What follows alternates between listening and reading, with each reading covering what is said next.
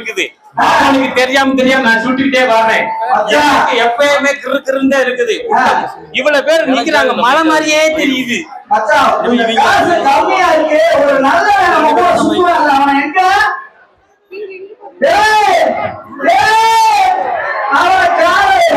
அவனை காணோம்.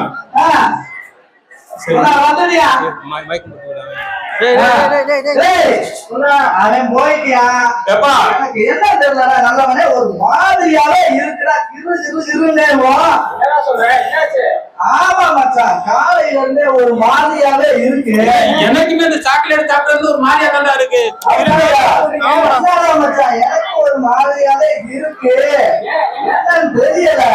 கையால் பூரா ஒரே நடுக்கமாகவும் ஒரே மாதிரியாவே இருக்கு.